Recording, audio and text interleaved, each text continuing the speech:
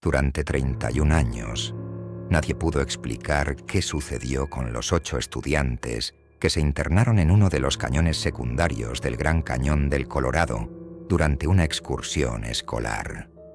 No hubo testigos, no hubo cuerpos, solo un rastro de huellas que se desvanecía en la roca y un silencio que hizo que el caso se archivara como pérdida accidental en terreno agreste. 3 décadas después, una tormenta de verano removió parte de la tierra compacta en un paraje inaccesible y reveló una carta escrita a mano. La firma, clara y legible, pertenecía a alguien que jamás existió en los registros de la escuela, la familia o el Estado. Viernes 24 de abril de 1992. Parque Nacional del Gran Cañón, Arizona. 7:12 de la mañana. El aire estaba fresco, con un aroma a tierra húmeda que contrastaba con la sequedad habitual de la región. El sol apenas iluminaba los bordes superiores del cañón, creando franjas doradas sobre las paredes rojas y ocres. En la entrada del sendero South Kaibab, un autobús escolar amarillo detuvo su motor con un resoplido metálico. Bajaron 8 estudiantes del 10º grado de la secundaria Jefferson High School, acompañados por la profesora de Ciencias Naturales, Helen Morris, y un guía autorizado por el parque, Thomas Reef. Todos llevaban mochilas medianas, cantimploras y cuadernos para anotar observaciones geológicas. El plan era recorrer un sendero alternativo poco transitado, siguiendo una bifurcación conocida como Eagle's Path, una vereda que en los mapas oficiales aparecía como cerrada por mantenimiento desde 1987. Según el guía, esa advertencia solo respondía a desprendimientos menores y no suponía un riesgo real para un grupo pequeño y bien preparado. Mientras los estudiantes ajustaban correas y probaban sus botas, la profesora pasó lista en voz alta. Los nombres se perdieron en el eco del cañón, pero una voz, más baja, contestó sin que nadie pareciera identificar de quién venía. Fue un murmullo breve, apenas perceptible, que Thomas Reef atribuyó al viento. A las 7:34 iniciaron el descenso. A las 7:50, el grupo alcanzó un claro donde la vegetación era escasa y el suelo se volvía más rocoso. Desde allí podían verse las capas superpuestas del cañón, como si alguien hubiera cortado la tierra con un cuchillo gigantesco. El silencio era tan intenso que el eco de sus pasos se mezclaba con el latido interno de cada uno. La profesora Morris insistió en que guardaran un registro escrito de cada planta o formación que encontraran, como parte de la actividad escolar. Fue entonces cuando uno de los alumnos, Paul Whitaker, notó algo que no estaba en la ruta marcada. A la derecha del sendero, medio oculto tras un saliente, había una vieja señal metálica caída. La pintura estaba casi borrada, pero aún podían distinguirse letras rojas que decían «No continuar, área sin cartografiar». Thomas Reef, el guía, sonrió con cierta incomodidad y comentó que probablemente era un resto de la década de 1960, antes de que el parque modernizara la señalización. Sin embargo, no explicó por qué, si estaba fuera de uso, seguía apuntando exactamente hacia la dirección que él proponía seguir. Los estudiantes intercambiaron miradas rápidas. Algunos, como Natalie Pérez, parecían incómodos, pero otros, como Andrew Coleman, mostraban curiosidad. Helen Morris, intentando no perder autoridad, dijo que continuarían. A las 8:05 dejaron atrás el sendero oficial y entraron en una zona de paredes más estrechas. El aire allí estaba más frío y olía a humedad, como si en algún punto cercano hubiera agua estancada. La luz del sol apenas llegaba en finas líneas. Fue en ese momento cuando escucharon un golpe metálico. Venía de algún punto más adelante y resonaba de manera irregular como si algo estuviera balanceándose contra la roca. Cuando llegaron al origen del sonido, lo encontraron. Un viejo farol de camping colgaba de una cuerda atada a una rama seca.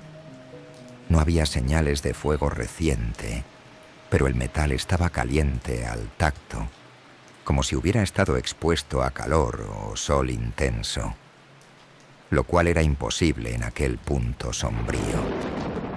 Thomas Reeve no dijo nada, solo lo bajó, lo apagó y lo metió en su mochila. A las 8:17, el sendero volvió a abrirse, revelando un estrecho puente natural de roca que cruzaba sobre una grieta profunda. Desde abajo subía un aire tibio, casi sofocante, que no parecía natural para esa hora de la mañana. Helen pidió que cruzaran de a uno. Cuando el último alumno, Natalie, llegó al otro lado, dijo en voz baja: ¿Vieron eso? ¿Qué?, preguntó la profesora. Una sombra, pero no era de nosotros. A las 8:26, el grupo retomó la marcha en silencio. La grieta quedó atrás, pero el aire seguía con esa temperatura extraña, más cálida que el exterior, como si procediera de un horno invisible bajo sus pies. El sonido de las pisadas se volvió hueco, lo que indicaba que el suelo podría estar hueco o fracturado. Avanzaron por un tramo, donde las paredes del cañón formaban una especie de pasillo natural, tan recto que parecía tallado a mano. La luz apenas entraba y el eco multiplicaba cualquier ruido. Fue ahí donde Paul, el mismo que había visto la señal metálica, se detuvo de golpe. Sus compañeros casi chocaron con él. «Hay algo escrito aquí», dijo señalando una roca plana a su izquierda. La superficie estaba cubierta de una fina capa de polvo rojizo. Helen la limpió con la manga y descubrió unas palabras grabadas de manera torpe, como con una herramienta improvisada. No estaban en inglés. Thomas Reeve se inclinó y frunció el ceño. «No es español, tampoco navajo», murmuró. Nunca había visto esto. Paul sacó una hoja de su cuaderno y copió el texto, tal como le pidió la profesora. Mientras lo hacía, Natalie notó que el polvo en el suelo parecía removido recientemente, como si alguien hubiera pasado por allí no hacía mucho. A las 8:38, el pasillo natural terminó en una pequeña explanada. Allí había un círculo de piedras dispuesto con precisión, y en el centro, una pila de huesos pequeños, quizás de aves o roedores, blanqueados por el tiempo. No olían, pero su colocación era demasiado ordenada para ser casual. El guía Reeve se adelantó y revisó el terreno. Luego, con un tono seco, dijo: «Seguimos». Mientras lo hacían, Helen se quedó unos segundos mirando los huesos. Entre ellos, vio algo que no era orgánico, un pedazo de tela azul, desteñido, con costuras blancas. Lo tomó y lo guardó en el bolsillo de su chaqueta sin decir nada. A las 8:50, el sendero descendió abruptamente. Comenzaron a escuchar el sonido lejano de agua corriendo. Parecía provenir de un arroyo oculto en las profundidades. Andrew Coleman, que iba primero, gritó que veía algo brillante más adelante. Cuando todos se acercaron, encontraron un charco poco profundo en el que flotaba una moneda. No era estadounidense, tenía símbolos desconocidos y estaba deformada por el óxido. Thomas Reeve la levantó, la observó un segundo y, sin pronunciar palabra, la arrojó de nuevo al agua. «No toquen nada que no reconozcan», ordenó. Nadie preguntó por qué. A las 9:02, el arroyo se convirtió en un estrecho curso de agua que obligó al grupo a caminar pegados a la pared para no mojarse. El eco del cañón se amplificaba con el murmullo constante, creando una especie de vibración grave que hacía difícil conversar. Andrew Coleman, que siempre iba unos pasos por delante, se detuvo de golpe y levantó la mano. «Escuchen», susurró. Entre el murmullo del agua se oía otra cosa, un silbido corto, repetitivo, como una melodía infantil mal interpretada. Venía desde más adelante, en la misma dirección que seguía el arroyo. Thomas Reef pidió silencio absoluto y avanzó con paso rápido. Los estudiantes lo siguieron, algunos nerviosos, otros intrigados. Tras una curva cerrada, el pasillo rocoso desembocó en una pequeña caverna abierta al cielo por una grieta. El agua caía desde lo alto en un hilo constante, formando un charco en el centro. Pero lo que hizo que todos se detuvieran no fue el agua. En la orilla, justo sobre una roca plana, había una mochila escolar. Estaba cubierta de polvo, pero intacta, como si hubiera sido colocada allí hacía apenas unas horas. El tejido, azul con franjas blancas, coincidía con el trozo de tela que Helen había encontrado entre los huesos. Helen se adelantó y, con las manos temblorosas, abrió el cierre. Dentro había cuadernos, lápices y una cantimplora vacía. En la primera página del cuaderno principal, escrito con letra temblorosa, había una frase: «Si alguien lee esto, no siga las voces». Nadie dijo nada. El silbido, sin embargo, continuó, ahora más cercano, resonando desde el túnel que se abría al otro lado de la caverna. Thomas Reef cerró la mochila y miró a Helen con una expresión que no era de sorpresa, sino de reconocimiento. «Vamos a dar la vuelta», dijo. Pero antes de que pudiera moverse, Natalie apuntó hacia la grieta superior por donde entraba la luz. «Hay alguien ahí arriba». Todos miraron. Una silueta estaba recortada contra el cielo, inmóvil, y aunque estaba demasiado lejos para distinguir su rostro, parecía estar observándolos. En cuanto Andrew parpadeó, la silueta desapareció. A las 9:15, el grupo se mantenía junto a la mochila encontrada. Thomas Reef insistía en regresar por el mismo camino, pero la reacción de los estudiantes fue distinta. Andrew Coleman, con el cuaderno en la mano, dijo en voz baja: «Si esa frase es real, significa que hay alguien más aquí, y si hay alguien, tal vez haya una salida más corta». Natalie lo miró con incredulidad, pero Paul y otros dos asintieron. Helen, indecisa, trató de imponer autoridad. «Escuchad, la seguridad es lo primero. Nadie entra ahí. Fue inútil». Andrew ya estaba cruzando la caverna hacia el túnel del que salía el silbido. El resto, uno por uno, lo siguió, hasta que Helen se vio obligada a ir detrás para no perderlos. Reef fue el último, visiblemente molesto, murmurando algo que sonaba a «no entienden lo que buscan». El túnel era más estrecho de lo esperado, con paredes cubiertas de marcas oscuras, como carbón o hollín.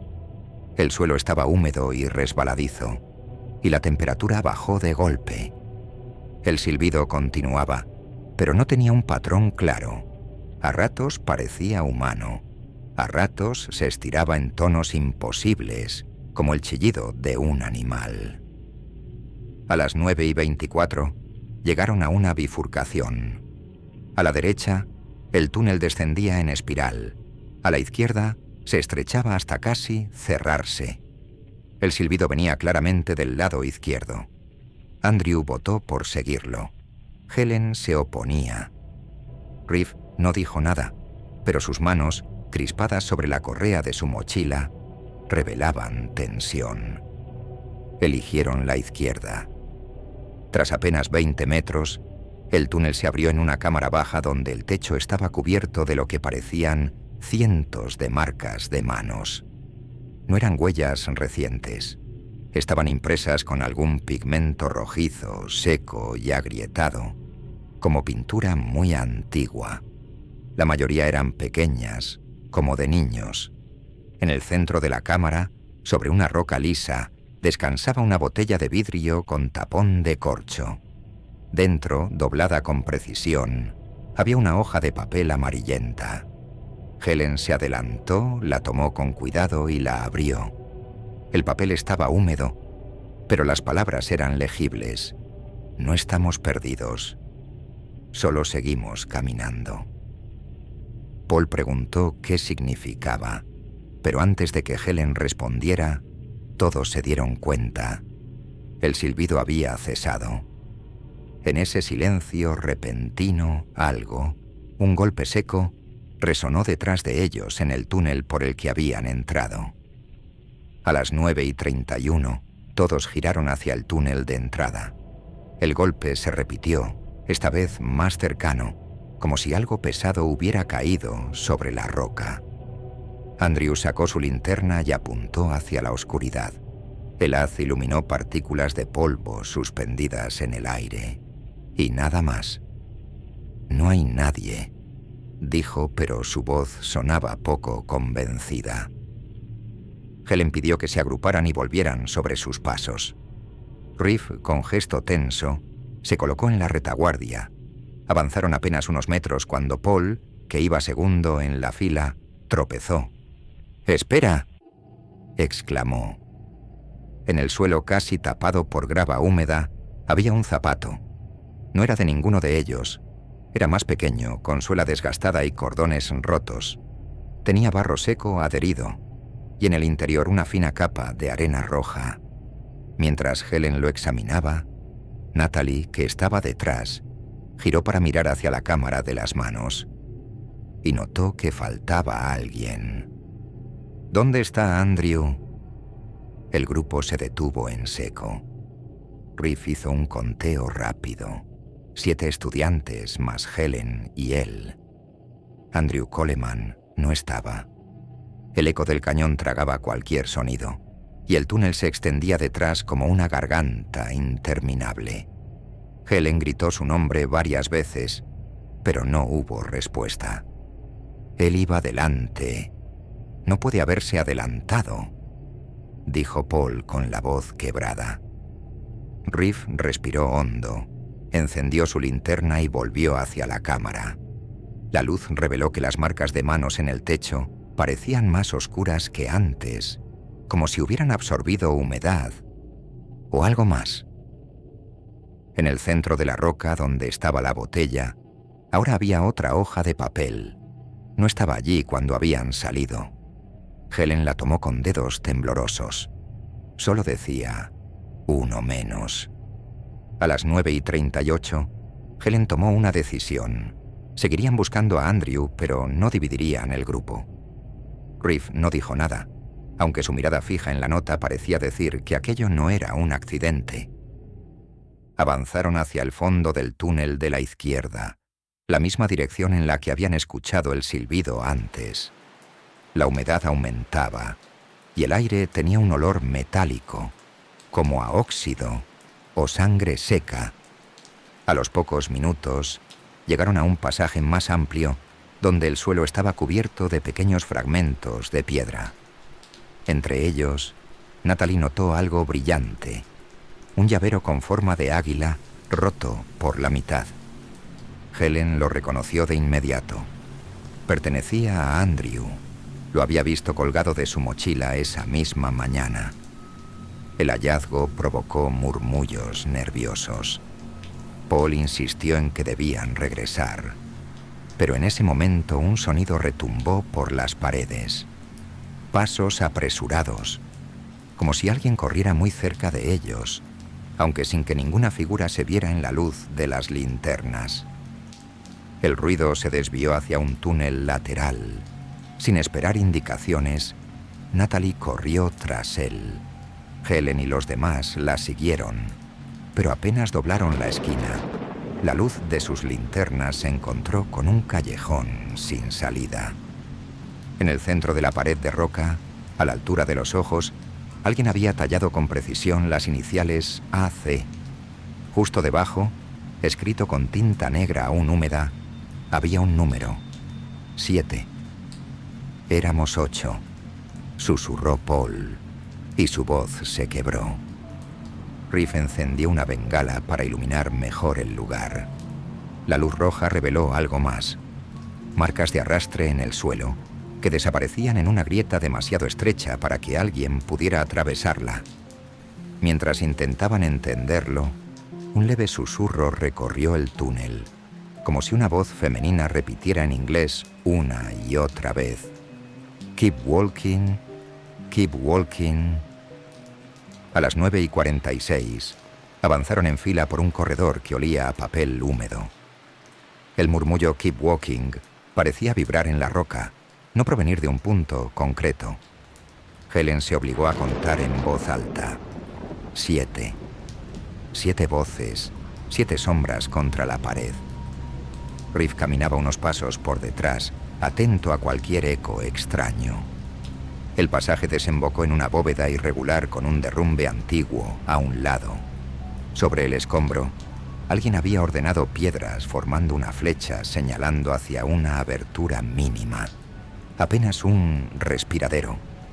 Al pie de la flecha descansaba una libreta escolar cubierta por una capa fina de arena roja. Helen la abrió con cuidado.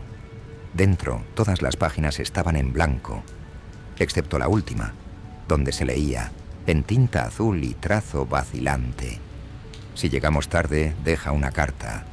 Dinos dónde. Las palabras parecían escritas por más de una mano, con cambios de presión y altura en las letras. Natalie rozó el papel con la yema de los dedos y notó que aún estaba húmedo, como si alguien hubiera soplado sobre la tinta segundos antes. No puede ser, dijo Paul. Aquí no hay nadie. La linterna de Riff parpadeó. El haz tembló, se apagó un instante y volvió. En ese titubeo de luz, la fila se desordenó. Un hombro empujó a otro, una cantimplora cayó y rodó. Cuando la luz se estabilizó, faltaba una voz. ¿Dónde está Melissa?, preguntó Helen con la garganta cerrada. La respuesta fue un objeto. A un costado del derrumbe, pegado a una arista de roca, apareció prendido un broche dorado con forma de inicial. Una M. No estaba allí antes. A su lado, escrito con tinta negra fresca, el número 6. Paul dio un paso atrás. Tropezó con la libreta y la dejó caer. Al recogerla, encontró entre la contraportada y la tapa un papel distinto, más áspero, casi como pergamino barato. No estaba mojado. En él un mensaje más breve aún: regresen por arriba. Volvemos, ordenó Helen. Ahora. Riff no discutió. Giraron sobre sus pasos con rapidez, marcando las paredes a su paso con tizas que Helen llevaba en el bolsillo. Sin embargo, los trazos que dejaban parecían diluirse con el contacto del aire húmedo. Cuando alcanzaron el corredor de origen, la marca inicial había desaparecido. A las 9:55, el silbido volvió, pero ya no era un canto infantil. Era la respiración lenta de alguien muy cerca, justo detrás de ellos, repitiendo en voz baja, en inglés, como una instrucción amarga: Keep walking, don't stop. El grupo obedeció por impulso. Avanzaron, doblaron, descendieron un tramo corto, y al hacerlo, el suelo cambió de textura. Ya no era roca lisa, sino una capa de arena tan fina que amortiguaba los pasos. En esa arena, impresas con nitidez, encontraron huellas de zapatillas pequeñas, infantiles, que no pertenecían a ninguno de ellos. Iban y venían en direcciones imposibles, como si hubieran sido puestas desde el techo o desde una pared. Paul quiso decir algo, pero Helen alzó la mano. Silencio. Caminó 2 metros más y se detuvo ante un detalle que pareció fracturarle el gesto. Allí, semienterrada, había una tarjeta plastificada de identificación escolar con el escudo de la Jefferson High School. Llevaba la foto de Andrew, Al reverso, con bolígrafo, una frase que no había escrito nadie de su clase. Nos vemos arriba a las 10:40. La cifra exacta clavó una astilla de pánico en todos. Quedaba menos de una hora.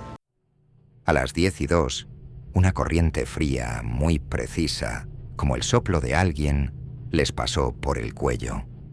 Natalie miró hacia atrás y, por un segundo que no se puede medir, creyó ver a Melissa detrás, desenfocada, con la boca abierta como si quisiera hablar sin poder.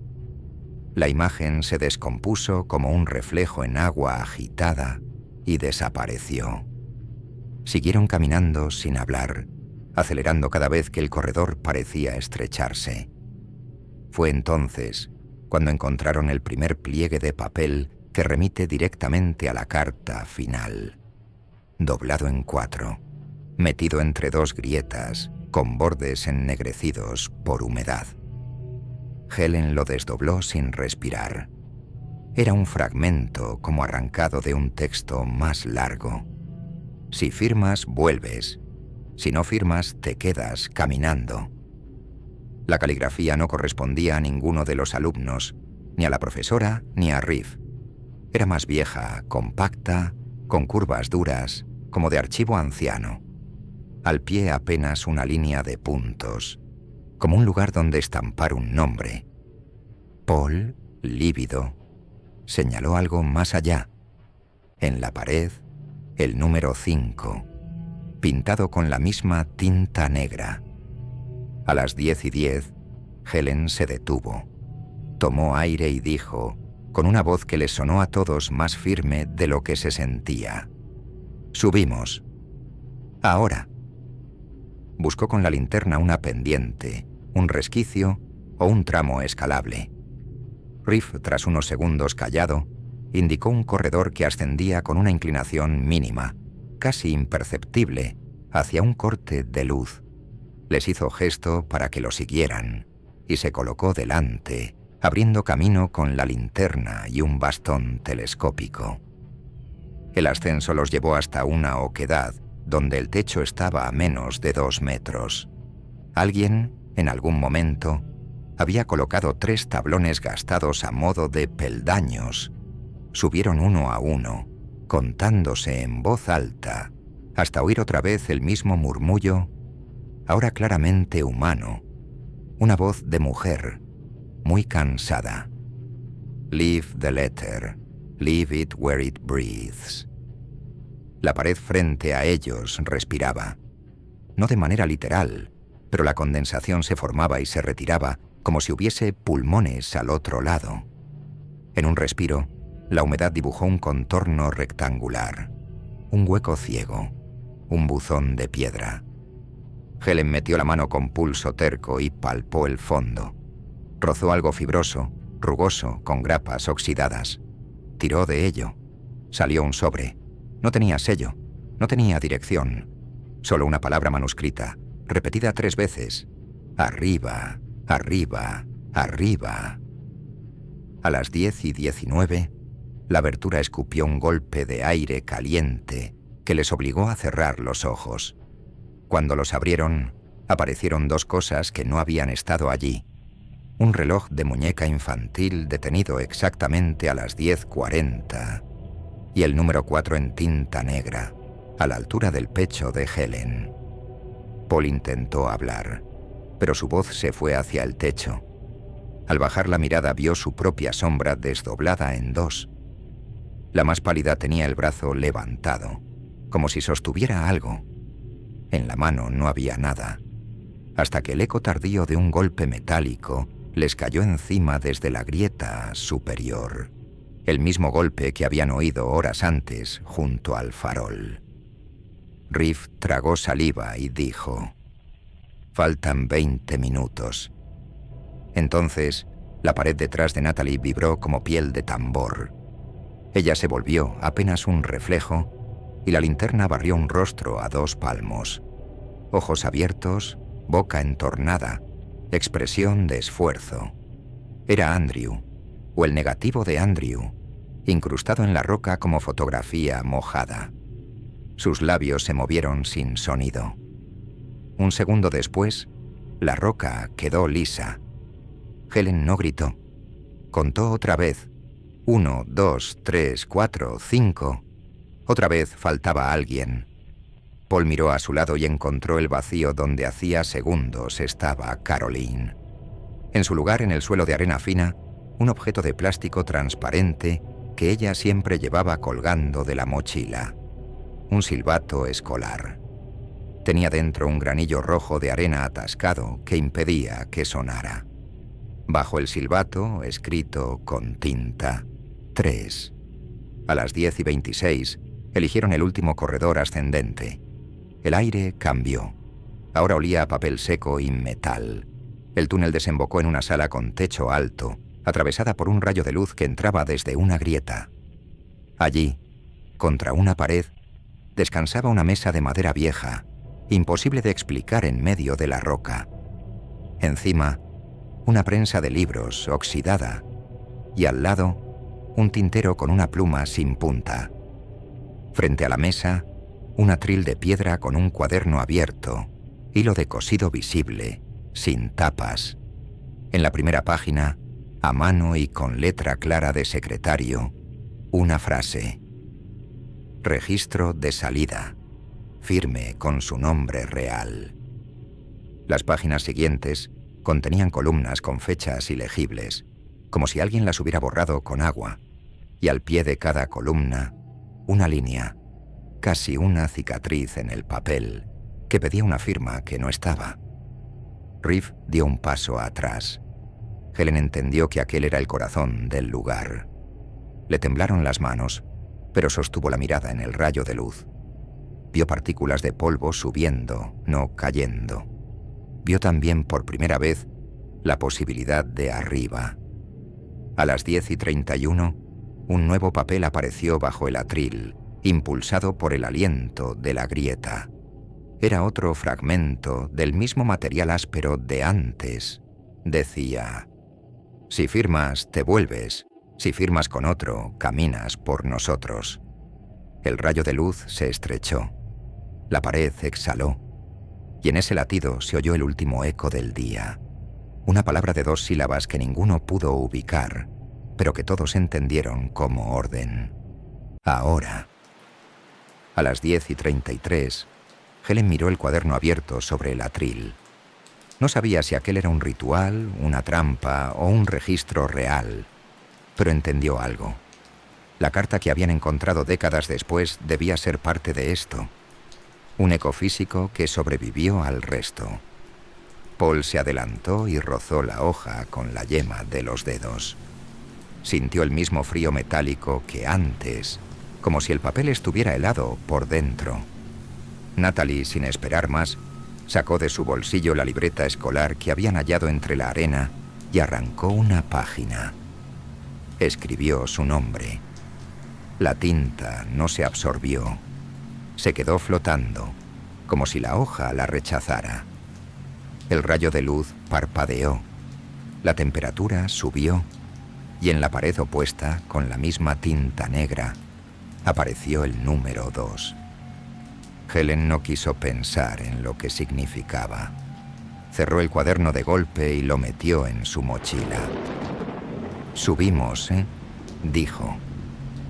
El pasadizo que seguía al rayo de luz se estrechaba a cada paso. El sonido de sus respiraciones se mezclaba con algo más.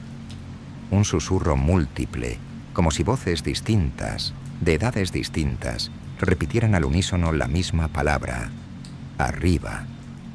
A las 10:37 llegaron a un tramo vertical.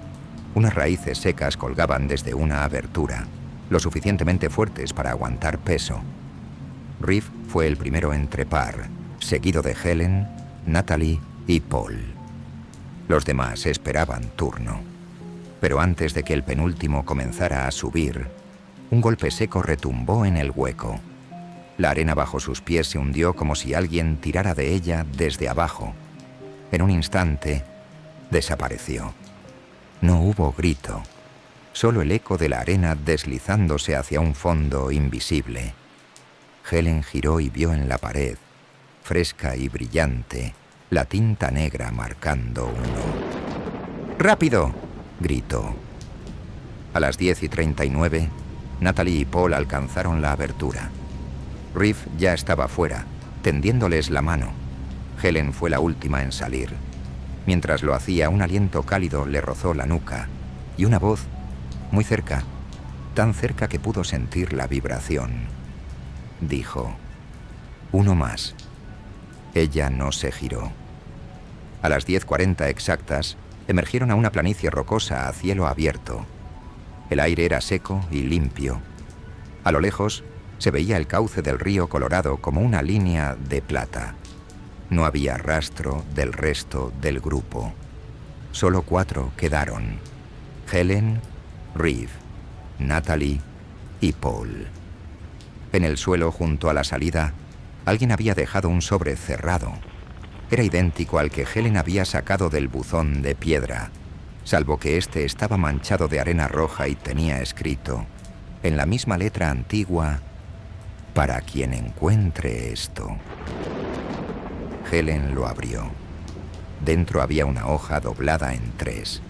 El texto en inglés decía: «Seguimos caminando.